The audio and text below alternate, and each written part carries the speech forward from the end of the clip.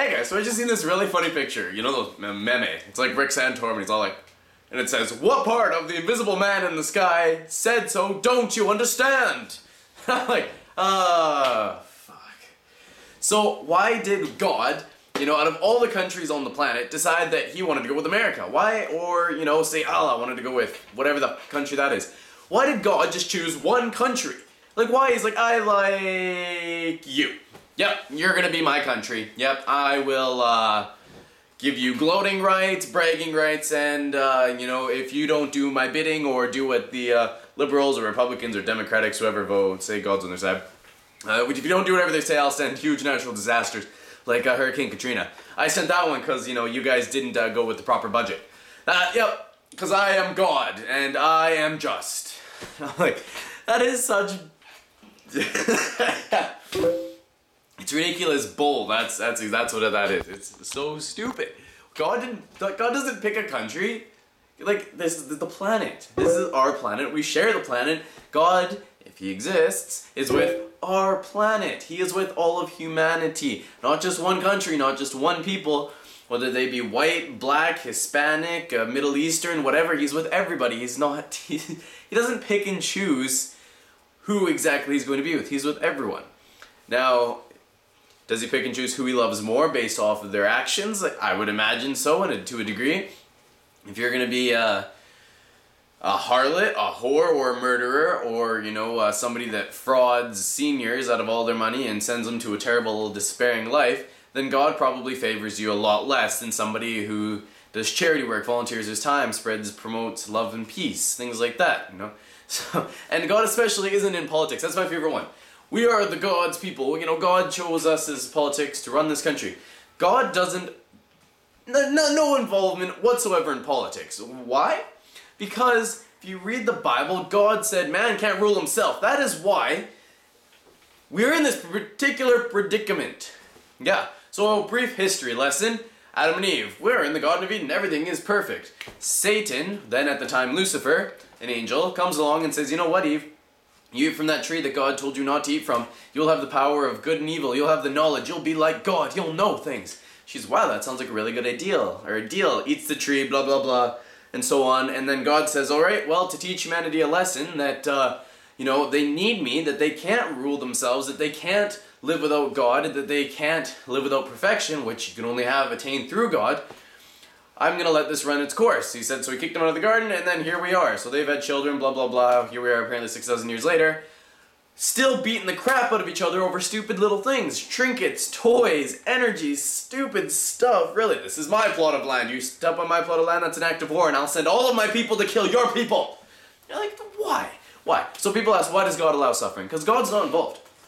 After Adam and Eve ate the fruit, God said, okay, I gotta let this run its course, I guess. He had some involvement with the early people when, heck if I can remember their names. I'm very rusty on religion for some reason. Only when I step in front of the camera. When I'm not, it's like, dear God, I could babble on forever. But as soon as I sit down here and I start talking to you guys about it, I got tongue-tied.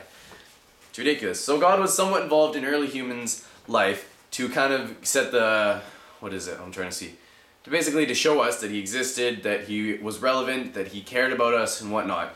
And then at some point in time, I'm not sure when, but he said, okay, now I'm not going to be involved anymore, and he stepped back. He said, now humanity has to run its course. This is what's going to happen. And then he wrote what's going to happen at the end of the days in the book of Revelation. He said, this is what's going to happen because mankind can't rule themselves. We're doing this to the planet, so we're pretty much killing ourselves off. Now, as for the ruling factor, we can't rule ourselves because look at all of history. Every empire that has ever been has crumbled. We're currently at the totalitarian state. Now that's what we're getting into, and this is, I think, the climax of it. Where the utmost control, they try to have utmost control over the entire world and to control every aspect of every human to try and force complete obedience. That is when, if God exists and he will intervene, that is when he will intervene, is when all of that has come to pass. When it's a total one world government, and they're trying to rule all of humanity, and God will say, see, I told you, man can't rule himself because greed and corruption and psychopaths get into politics and whatnot, and then all of this happens. If God was involved, it would probably be a rather, well, I can't even say, but if God was involved, this wouldn't be what we have, We wouldn't have ate from the fruit of good and evil had we actually been faithful, had we been more loving and caring. And anyway, God's not involved in politics, is what I'm trying to get the basic out.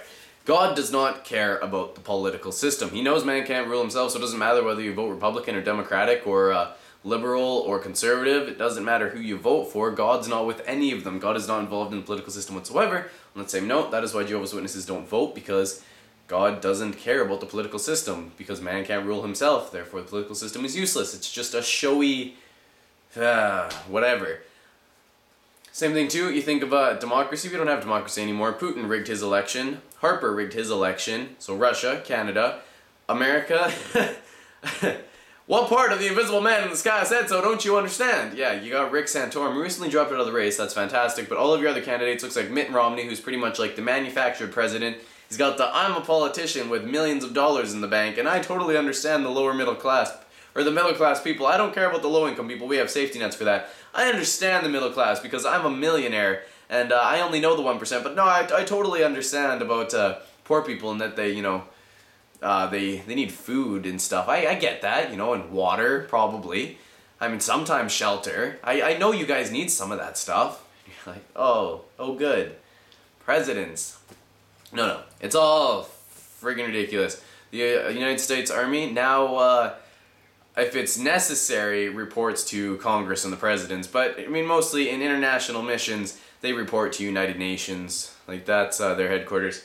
Now if it's, say, America's like, okay, for some reason or whatever we're going to go over here, and it's not involving the United Nations in any way whatsoever, or any other international government or body, then they'll ask Congress for an okay to do it and whatnot. But if say things like NATO are involved, or bombing of Libya or Iran or Afghanistan, things like that, then they have to go through the UN, apparently. That's an interesting thought. So yeah, that was my video that was really bugging me about people saying religions and politics. Like, religion? Politics. It is utmostly important that these two be separated, because then we get loonies who say, what part don't you understand of the invisible man in the sky said so? And you're like, oh, yeah, no. Hurricane Katrina was caused by God because we didn't follow the budget, people! Good God, don't you know?